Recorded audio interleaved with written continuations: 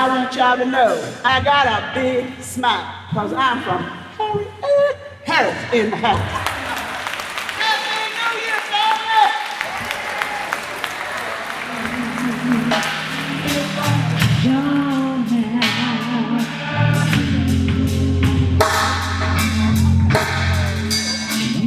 You see, family reunions, people come back to get reconnected.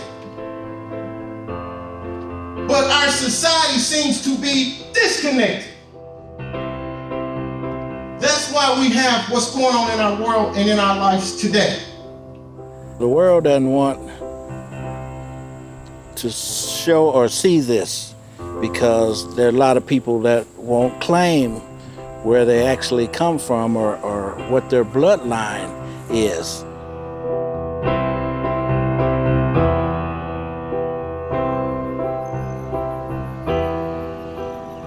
My name is Kelly Irvin, and I am a doula. I am a fifth-generation doula, and I live in the southwest corner of Caldwell County, and I have lived here my entire life.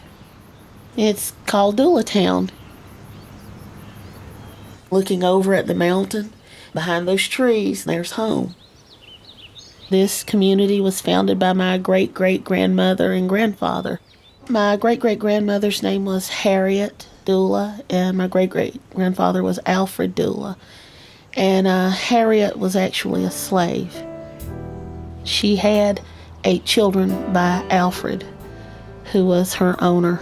And upon his death, he had willed this property to Harriet and her heirs. I heard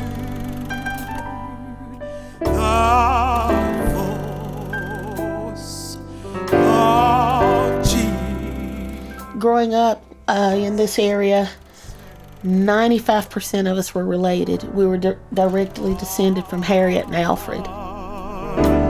To me and rest. So it's our home, it was our inheritance, and it's been passed down to us. Alfred was born in 1812. He married a young woman named Elizabeth Evelyn Corpening.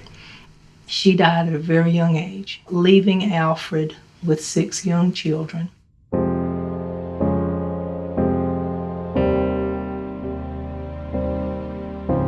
And he purchased a slave named Harriet Harshaw around 1846. She came there to be the housekeeper. She brought with her 2 young children.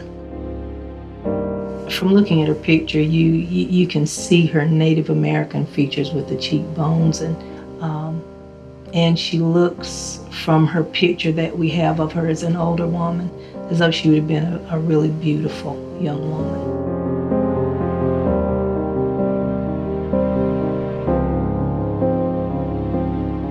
6 years after he purchased Harriet, their first child was born. His name was Samuel. And then every couple of years after that, you had another one come along. Altogether, they had 8 children. The last was born, Grant was born around 1866. So he was born after emancipation.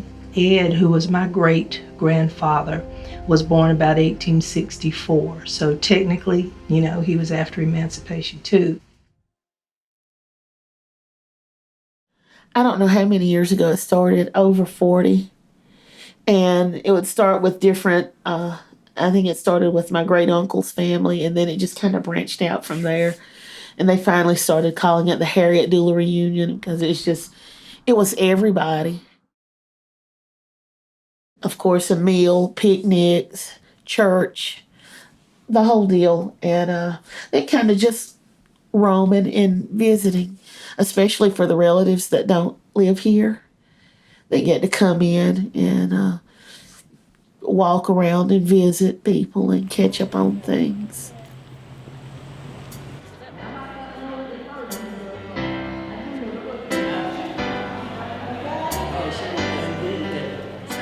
Because all Harriet's children So here we go. Edward, Emma, Solomon, Frank, Alexander, Cameron, Samuel, and of course, Wallace.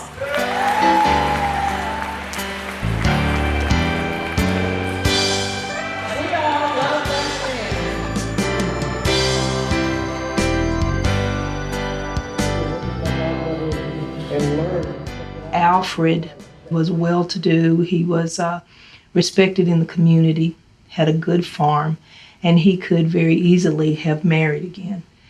Alfred clearly chose, whatever his reasons were, not to marry again. He chose to continue a relationship with a slave for nearly 40 years. It's not just something that, oh, okay, well, I've been with this man all this time, but he actually did help her. And she actually did help him. Because I do believe some of the slave masters love their slave women. You know, I really do. It's really, I think it's virtually impossible to say what kind of relationship they had. There was a time that Harriet, and this was probably around the 1860s, just from kind of putting things together, seems to be about the right time, when Harriet was involved in a relationship with a black man. She ended up pregnant by this man, and she actually gave birth to a child. This child's name was Rether, and the child died. Not sure what the situation was that led to the child's death, but this child was actually the first person buried in the Dulatown cemetery.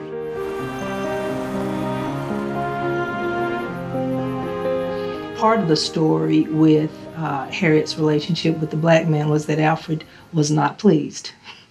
And he came to her home at one point, which was just about a mile from his house. He built her a house about a mile away from where his house sat. And he knew that the man was there, and he supposedly came and ran him off with a shotgun. And the man never returned. So it appears that at least at one point, Harriet was interested in maybe pursuing a relationship and something that was of her choice. But didn't work out, because at that point she was still a slave. She was still someone else's property. And she was obliged to do what he told her to do.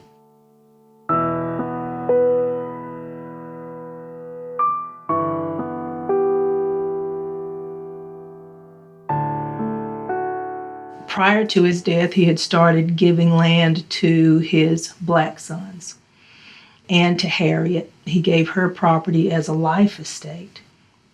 And the final bequest, if you will, from Alfred to his black sons came in his will, his testamentary will.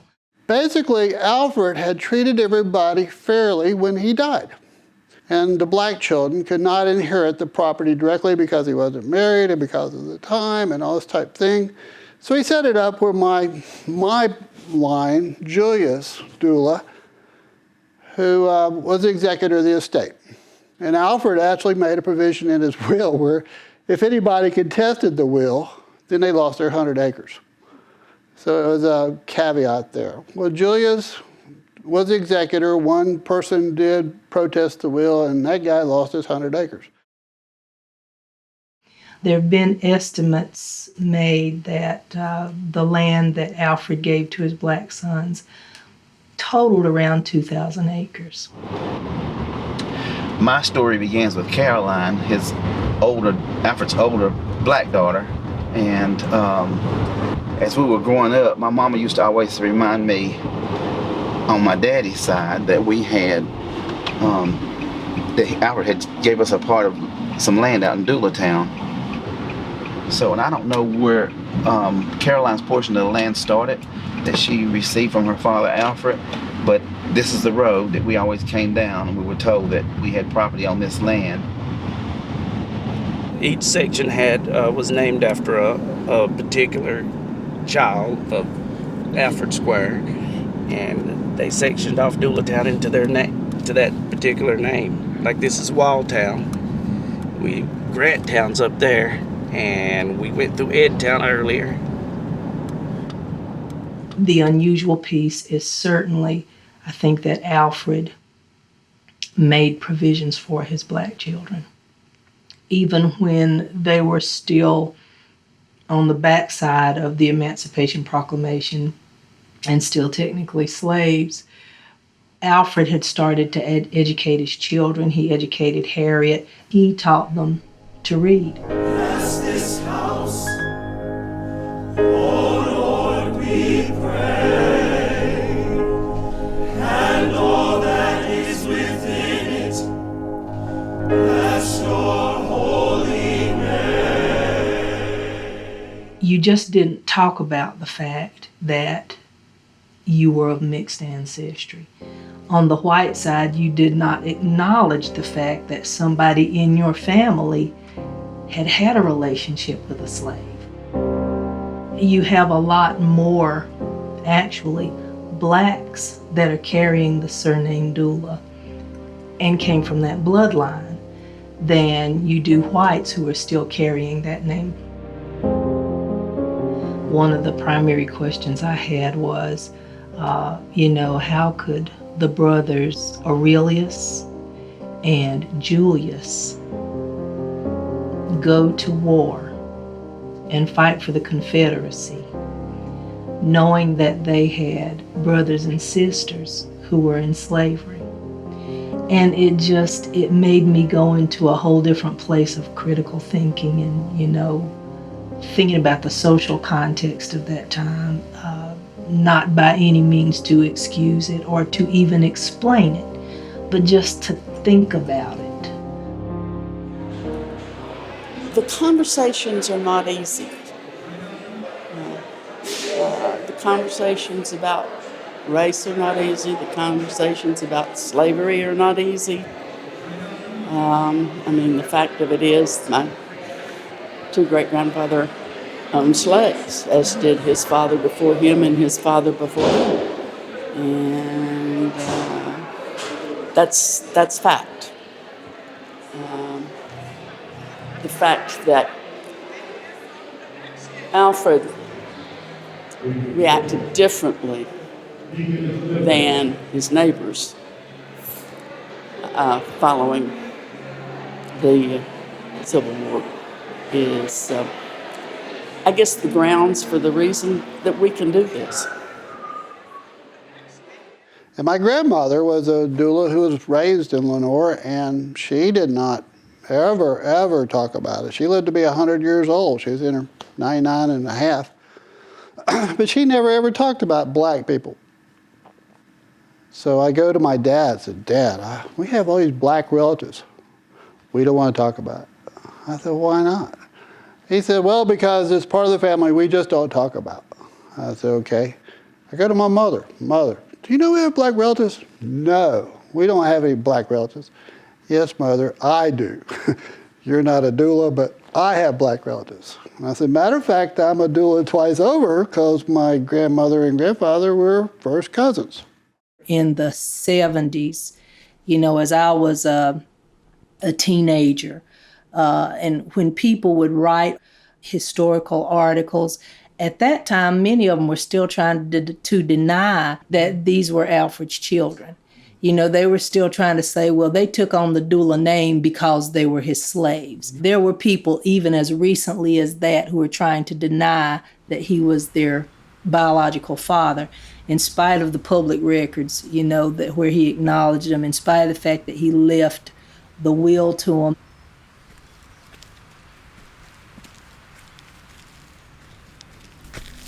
Those are your great-grandparents too, right? No. My grandparents. Your grandparents, right. Okay, I forgot they Lord. Your grandfather's over here. How well do I remember Grandma Millie? That's news. Yeah. Okay, here's Samuel.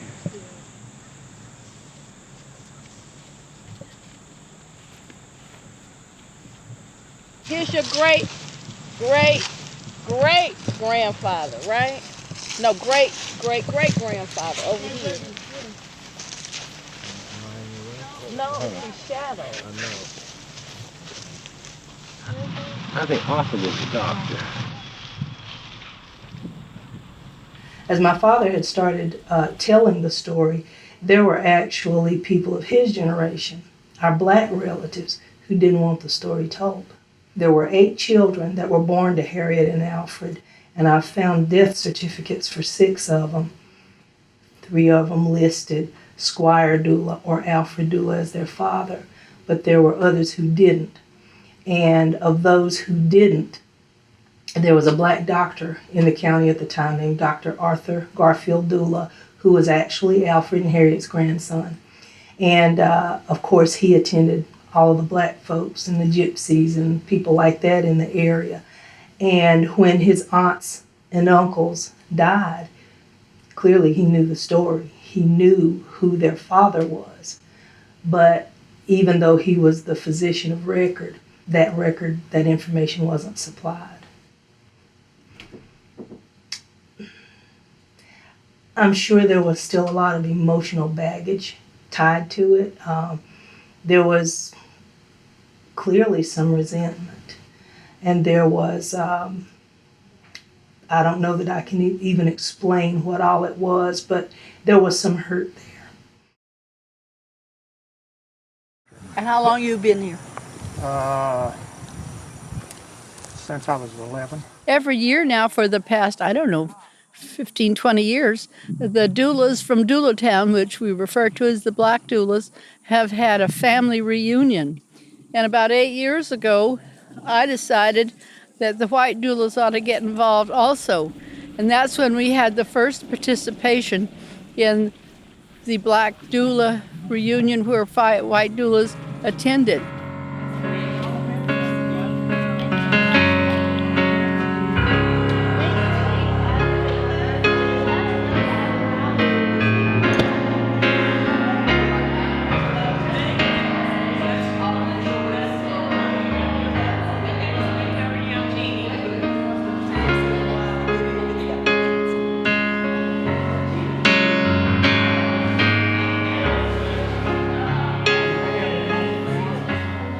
And I was curious where our descendants came from. So I called my Uncle Tom, and I said, Tom, where are we from? He said, you need to call Aunt Carla. I go, who is Aunt Carla? I never heard of Aunt Carla. And Aunt Carla lived in California. So I went and called her, and she said, oh, by the way, this September there's a reunion in Lenoir, North Carolina. I said, great. And I said, that's fine. So she said, why don't you come? I said, okay. So we walked in, I was kind of surprised to see 150 people that are black that I'm related to. Of those people, I got to looking at them, and one lady looked just like my grandmother. And one guy from Ohio, a doula guy from Ohio, looked just like my cousin Mike, which I had no clue how I was related. So it was an interesting moment. I'm Nanny, I'm Karen. What's interesting about it is that you grew up knowing all these people all your lives, but you never knew they were your relatives until, you get into the real family history.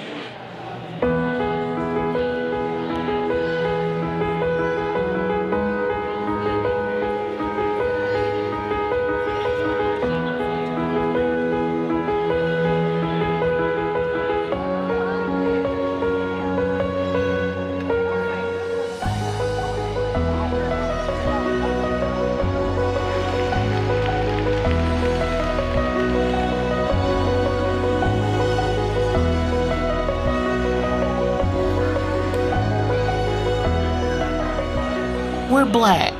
We consider ourselves blacks. And, but yet and still, even with that, it's just been understood that, there are other things, you have other bloodlines within you.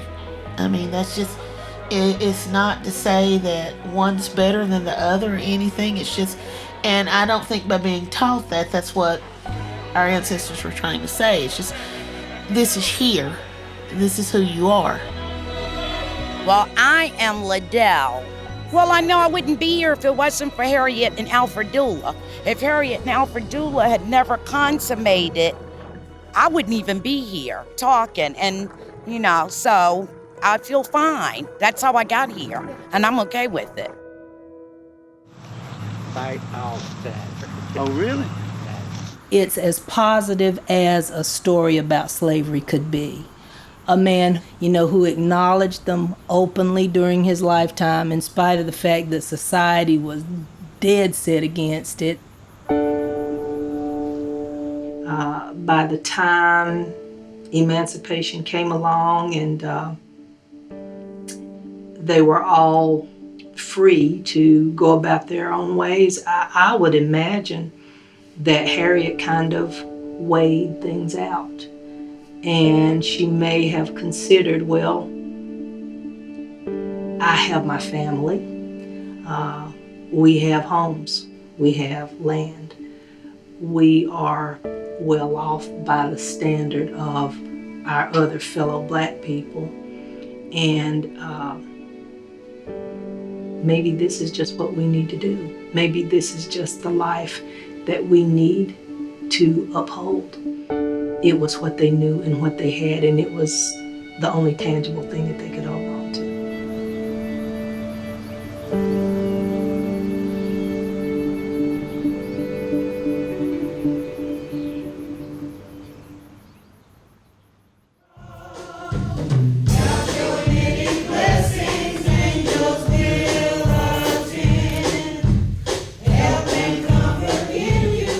The extended family get to come together. They bring family members together. It allows us to see how far we have came. They offer the opportunities for family members to connect with one another. They provide each person the opportunity to share memories and values that will last not just for a while, but for a lifetime. It teaches us a little bit about our heritage and where we came from. And it provides a means for the younger family members to learn about their heritage. Even meeting new cousins that I've never even met before. It's really interesting. And I even met a few people that I knew in real life, but I didn't know that were family, but are actually family. So that's pretty cool. You say you're a doula, people say, oh, you're from Dulatown. It's like there's automatically a connection to something. My great-grandfather is Edward Dula. So that's how we come into the Dula family. Gives everybody a sense of some common background to most people who are African-American. Our records go back to property, and that's where it stops. You may be able to trace somebody back to a port of entry, but that's as far back as you can go. So you don't have a sense of country. You don't have a sense of any kind of geographic identity other than what we've gained here in America. So I think that's why Harriet really resonates with people because it gives you something of a sense of origin. My kids and this generation have grown up in a different world, so sometimes for them it's kind of hard to see, well, what's the big deal? Your uncle was white, so what? By no means have we healed completely anything, but the advances that we've been able to make between the black side of the family and the white side of the family are amazing. I love it. We've got people walking around, hey cuz, how are you?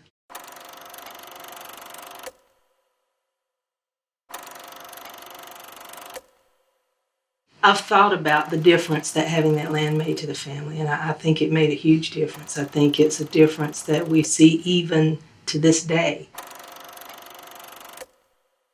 My father had told us when we were growing up that we had a town in North Carolina called Dulatown, and we kind of said, sure, Dad, sure. But then as I got older, I started to hear him and his brothers talk about Dulatown more and more. And then when I got 19, one of my cousins came up from Lenoir to stay with us. I've had relatives that they went off to college, they didn't come back, they married. There are other parts of other communities, some in other states. And that's changed the makeup of the community and the dynamics, but still there's a strong sense of heritage out here, and a real doula when you meet one. There's still very much a psychological community of Dulatown, though, and I see that clearly with a Facebook page that I started called Dulatown. And there are people from all over the world, literally, who have joined the page and started looking through the old pictures and said, oh my gosh, that's my great-great-grandmother, or that's my uncle, or, you know, they have just begun to, it touches something spiritual, I think, in people. And I think the community, while the physical community is changing some, I think the spiritual and psychological community is expanding, because people are tapping into part of their history and other people that have that common history. You know, there's doulas all over the world now, and you know, so even if your name's not Dula and you have some Dula blood in you, you're still a Dula. People are claiming groupship from all over the place. And I just love how I've got some of my dearest friends right now are cousins that I picked up through this story. And they're people I didn't grow up with. You know, they weren't like the cousins that I ran up and down the road catching lightning bugs with. You know, we didn't have that kind of a relationship, but we've come together around this history and really, really gotten close. The Harriet Dula family is a vine. And in order for this vine to continue, we have to stay connected. Amen. And in order for the Harriet Dula family to continue, we have to be reconnected. You are the branches. You're here for a reason. You all are what's keeping this community going.